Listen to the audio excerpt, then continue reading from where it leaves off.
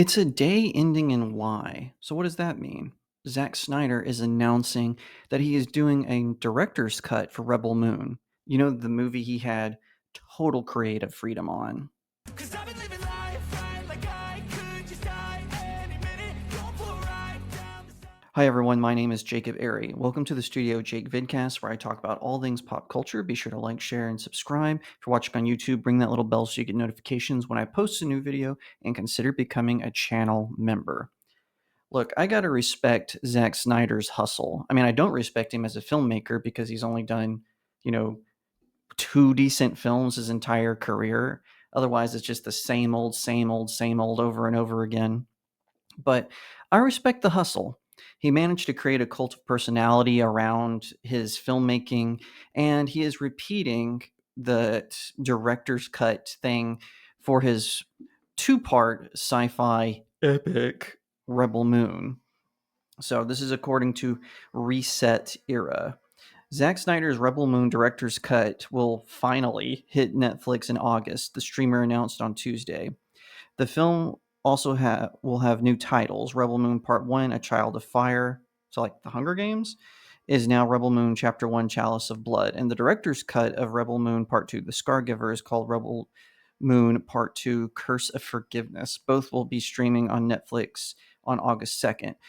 Snyder shot his Rebel Moon films back to back, but the rated R director's cut were always part of the plan. Of course it was, once Netflix greenlit his long gestating sci-fi story. The Batman v Superman filmmakers shot alternative takes for the director's cut, which are longer, R-rated, and even carry a different tone than the PG-13 versions of Rebel Moon that were released previously on the streamer. Yeah, I don't buy any of that. Zack Snyder is not creative.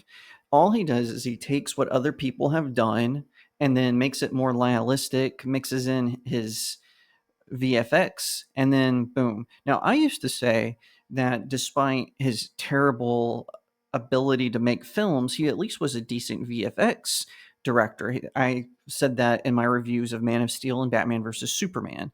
However, since the Justice League Snyder Cut version, that's not been true. His zombie movies and now Rebel Moon, their special effects are terrible. They're awful. They look like something that came from the mid 2010s. But, it's very sad to see the filmmaker still hustle people with this director's cut. Okay, why is this a director's cut? It's not. It's an extended edition. It's not director's cut. A director's cut is because the studio didn't want to do the filmmaker's original vision, kind of like Blade Runner. That's why there are so many different cuts of that film, is because the studio interfered with it and got, in my opinion, not as bad as people claim, but I do concede that the director's cut or the final cut of Blade Runner is better than the theatrical version. In Zack Snyder's case, that was true of the Justice League.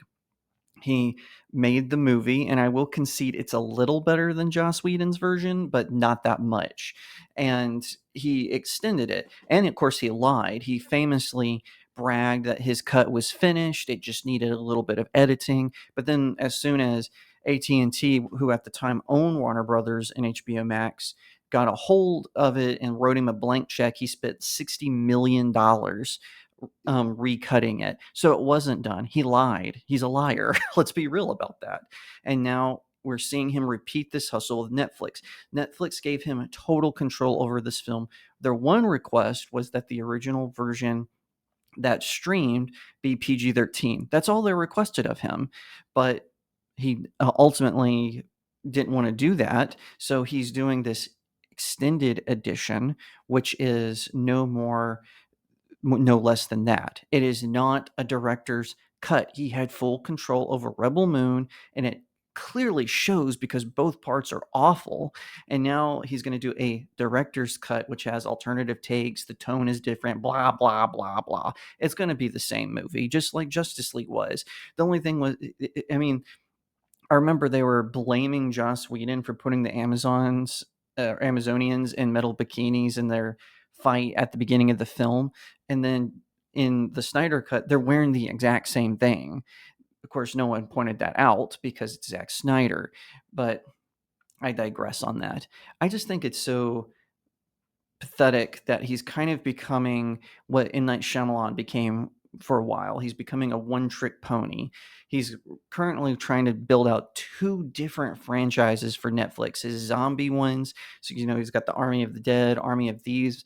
Allegedly, he's doing an anime. Let me tell you something. Zack Snyder has never watched an anime in his life. Maybe Akira, because film directors always like to cite Akira as the one anime they watch, so maybe he's seen that one. Just like he's never read a comic book before. He read The Dark Knight Returns and read Batman's Wikipedia, specifically the Millerverse Wikipedia, and thought he knew everything he needed to know. But because he doesn't want to do his own research. He's not smart. He doesn't know how to develop that. And I mean not smart in the sense of a filmmaker. He doesn't know how to do story progression or character development, and you end up just watching these characters and not caring about them. Just things are happening. This is true of Man of Steel, of Batman versus Superman.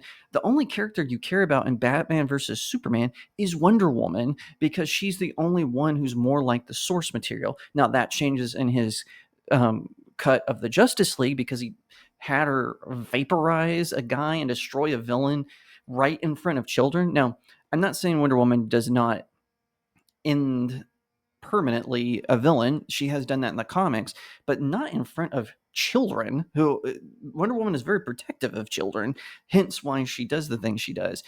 But obviously he didn't know her character. He just had her appear randomly in Batman versus Superman, so he can establish the big three of his DC universe. And thank goodness that never got made. I'm so glad that Warner Brothers got smart and they're letting James Gunn, who is a perv and a liar, but at least a better filmmaker than Zack Snyder. And I hope that Netflix knows what they're getting into, because it's so sad. Netflix actually had chances to make decent films. So they were making the TV show Mindhunter. They renewed Longmire after A&E had canceled it. They produced and streamed Hillbilly Elegy. So they have good content on there, but then they want to toss all that out so they can keep making sequels to Kissing Booth and Tall Girl and now Zack Snyder films.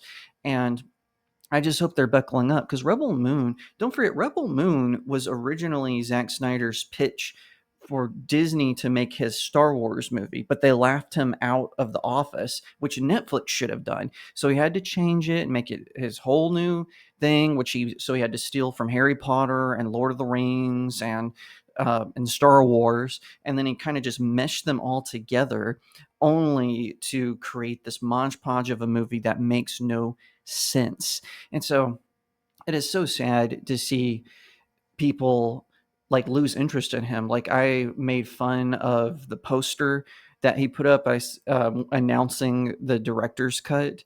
And normally when that happened, his 3 fans would be able to rally together, just some internet trolls and their sock accounts together. They can't even do that anymore. That's how much people have lost interest in his work, because he's not really that good of a filmmaker. And I think people were kind of coming to that realization with his cut of Justice League, and then Army of the Dead, and then Army of Thieves, and now with Rebel Moon. People are starting to wake up to the fact that he is not a good filmmaker. He just doesn't have the talent for it. And listen, if he wants to be this generation's Ed Wood or whatnot, fine, that's his prerogative. But I just think that someone needs to sitting down and say, hey, you need to go to film school. Now, I'm of the opinion that if you're good at something, you shouldn't have to go to school and get a degree for it. Obviously, I don't have a degree in YouTubeology, obviously, from my content. But still, if I hope with Zack Snyder, his friends, his wife need to sitting down and say, hey, listen, you're not living up to your own hype. It's time that you refocus, you get back to the basics, because think about it. He did an adaptation of The Watchmen, which is an overrated comic book of itself. I don't really know why people think Alan Moore is such a big deal. He's not really that good of a writer. So he made this. It wasn't a good movie. It's not been that long, and Warner Brothers is already remaking it in animated form. I mean, that's how it's going to be for him. No one's going to remember Rebel Moon. No one's going to remember Army of the Dead. They'll remember 300 and maybe that Owl movie he made. But no one even talks about Sucker Punch anymore because it's not a good movie. It's a terrible movie. It's awful.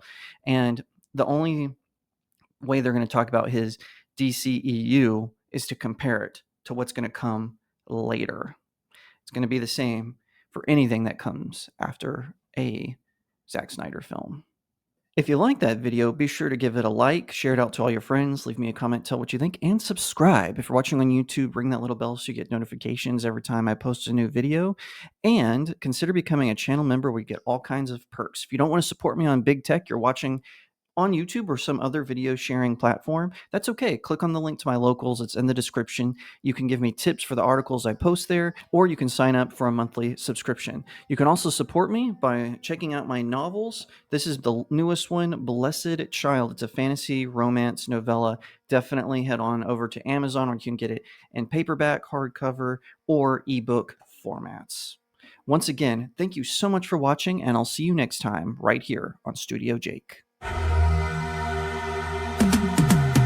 Cause I've been living life right like I could just die any minute.